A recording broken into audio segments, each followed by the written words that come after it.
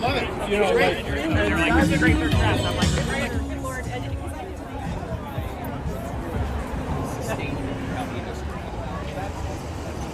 We're just talking about the light. really?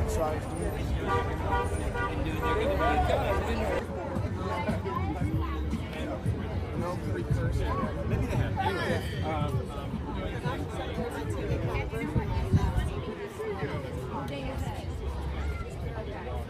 Oh, was just thrilled at the news that the WGA had come to some terms with the AMPTP, and I think it sounds like we made inroads in every way that we needed to. I haven't read the deal yet, but I look forward to it. But it sounds, I trust our negotiating team, and I think we held out strong, and we would have held out longer for sure. Baby. Yeah, we're pitching a new show. I think it was relief. It was exciting to hear that the WGA got their tentative deal, and everything that they wanted, and we're really happy for them. And we got next. The fight's not over, you know. Our SAG-AFTRA brothers and sisters showed us a lot of love and support early on, and I'm here to do the same. You know, a rising tide lifts all ships. Well, you know, I really hope that we come together. You know, I mean, we have to. That's just, you know, it's like, you know, making spaghetti without the sauce.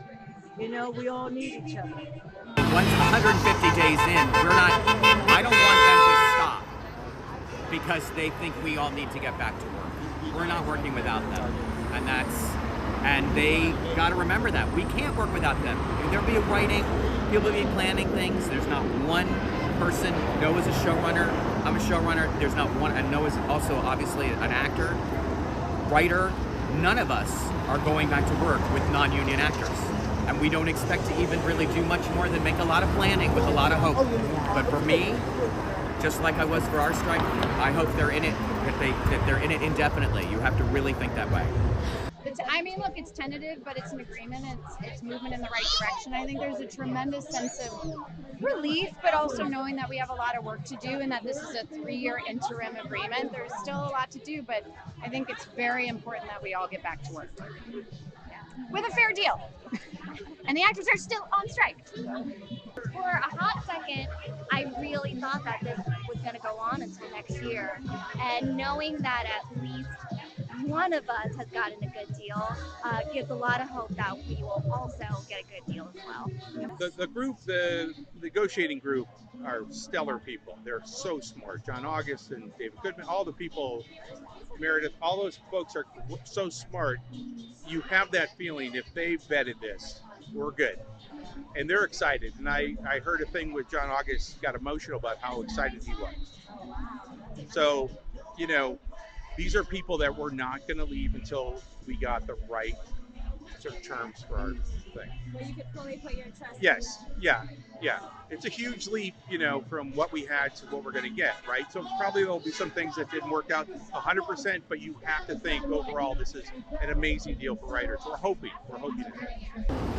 Unions haven't been sexy for a really long time, but I always considered it a privilege to be a part of this union. And the fact that I'm carrying 3 union cards in my wallet is a real point of pride for me. I couldn't wait to be a member of the Screen Actors Guild. I couldn't wait to be a member of the Writers Guild, and I couldn't wait to be accepted in the Directors Guild.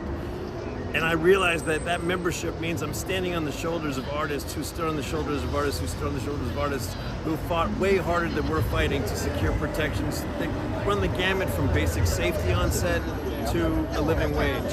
And Matt and I both enjoyed incredibly lucrative and wonderful careers because of those fights that have been fought before us. And so I've just never forgotten that I'm rank and file at heart, and I think it's really important to show up for your union when they're in need. It's an incredible and sort of unprecedented time in labor in America, not just for entertainment, but for healthcare workers, auto workers, all sorts of things. So, you know, hopefully this is a rising tide, and that so many more people, you know, we're finally standing up against these billionaires who, for some reason, think we don't need to earn a living wage anymore, and that's insane. So hopefully we can start healing that and fixing that. Stay